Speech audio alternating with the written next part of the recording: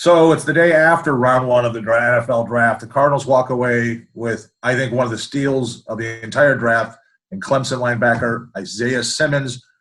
And lady and gentlemen, I know you guys like this pick too. I didn't think he was going to be there. Steve Kahn, the general manager, said he didn't think he was going to be there.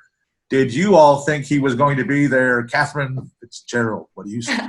No, I didn't think he'd still be available, and I think that's what makes it such an exciting pick for the Cardinals, just to be able to capitalize on having a player of Simmons' caliber kind of falling into their laps. Unbelievable.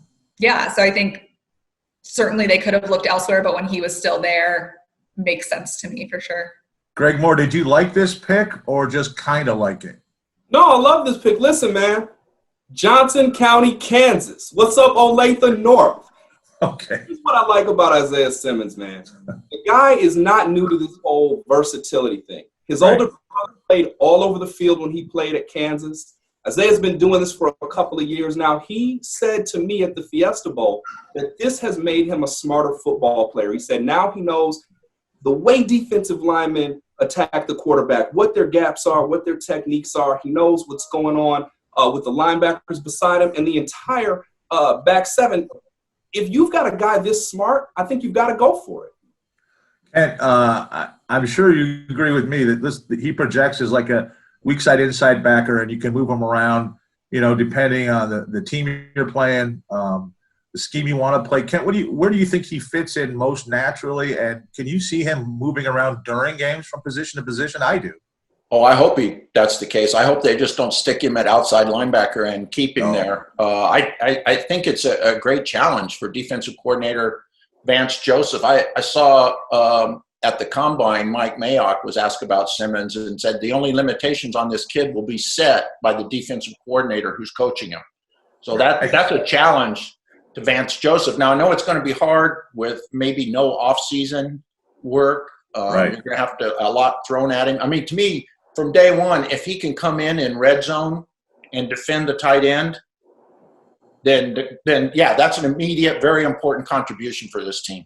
Yeah, they could not stop a tight end to save their lives last year. Gave up the most catches, yards, and touchdowns of any team in the league by far to tight ends. And that goes to something else. Hassan Reddick, was put in that role, kind of moved around. I don't think this is a Hassan Reddick. I mean, we're talking about kind of a positionless player here, but this does not remind me of Hassan Reddick at all. Would you all agree with that? Anyone? Yeah, I would. I mean, Hassan Reddick is a shorter guy, kind of an overachiever at Temple for a guy that size. I mean, Isaiah Simmons is 6'4", 238 pounds, runs under a 4.4. I mean, Hassan Reddick is none of those things. And this is the hybrid guy we're seeing in the league now. Right. Move all around and can do various things. I think it's going to be a lot of fun to watch him. It's going to be a lot of fun to see how he's coached. I think that a guy like Simmons can start at weak side backer, but look, you don't really have a real strong safety on this team. You've got Jalen Thompson, 5th-round pick on a supplemental draft a year ago. Why not stick him at safety next to Budda Baker and then have him move up in obvious pass rush situations and move up to cover that tight end? Why not start him at strong safety right now? Anybody? Well, we have to wait for the season to start. Well, I mean, on paper, start him right now. I mean, put him in as a strong safety. You've got an inside backer next to Jordan Hicks and Devondre Campbell. Why not start him at strong safety? Anybody? Greg, what were you going to say? No, I was going to say, Mac, move the guy around. I don't think it really matters necessarily where you start him. I think if you pick a guy at 8, he has to be on the field, period. Then what you do is you get your best 11, match it up, and move him around so that the defense has to figure out how to account for him rather than the offense trying to account for the defense. To me, putting him at safety is a fine way to describe it. But what he's actually going to do is he's going to walk up and show blitz. He's going to pop back out. He's going to stand over the tight end. He'll move to the other side. You never know what this guy's going to do, and that's the beauty. All right, let's wrap it up by saying that I don't know what the Cardinals would have done if the top 4 defensive players had not been there at number 8, any one of them. Tackle, receiver. I think Kyle would have traded out of that pick, quite frankly. Let's talk about day 2. That's Friday.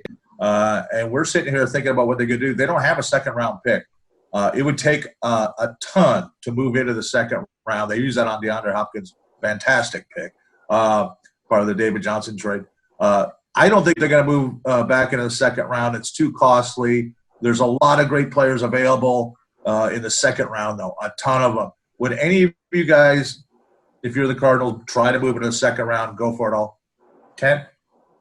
I wouldn't try to move up high in the second round unless you thought there was a starter there, a guy that you just couldn't live without. If it's the bottom of the second round and you're just jumping up, 10, 12 picks and it's not going to cost you a huge amount, then maybe I do. Say if a receiver falls there that they are in love with, I maybe make that move. But I don't think so. I don't give up a whole lot more this year or next year to do it.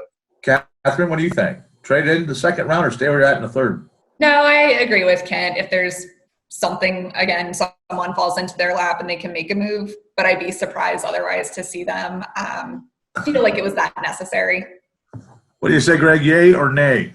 So it's rough for me because there's a receiver that I really like. There's this kid, Laviska Shenault from Colorado. Yeah. The problem is I saw him have the game of his life. He put 4 touchdowns on Arizona State, and when you're scouting, you always have to be careful about that. You might see this guy do something he's never done before and will never do again. That said, I've checked it out a little bit. I like that guy a lot. So depending on what you could work, if you can get a dynamic playmaker, Laviska's there, T. Higgins is there, maybe there's a case to be made. I do it for Xavier McKinney, the safety. I think he'd be my starting strong safety from Alabama. That's it, guys. We'll see how it plays out Friday. We'll probably come back and wrap this all up in a day or two. Thank you.